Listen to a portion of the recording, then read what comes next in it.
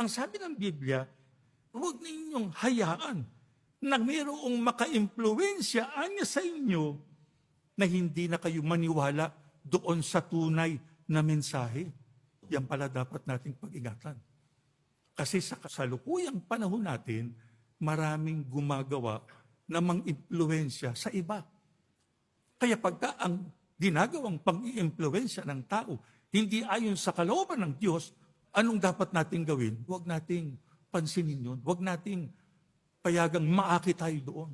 Kaya yung mga gumagamit ng social media, mga naghahanap ng iba't ibang mga bagay sa internet, mag-ingat po tayo, mga kapatid. Hindi masamang gumamit ng internet o magkaroon ng social media. Pero teka muna, isipin ninyo, yung bang ginagamit nyo mga social media yun, naaayon pa rin sa kalooban ng ating Panginoong Diyos. O baka para tayong na-impluensyahan ng iba sa ginagawa nilang hindi tama. Eh yun ang ating nagawa. Kaya itong ating pinag-aaralan ito, napakahalaga. Sapagkat mayroong kinalaman ito para sa ating magandang kinabukasan. Kung ang gagawin natin, hindi tayo pa-i-impluensya sa kaaway ng Diyos, kundi pa-i-impluensya tayo mismo sa ating Panginoong Diyos.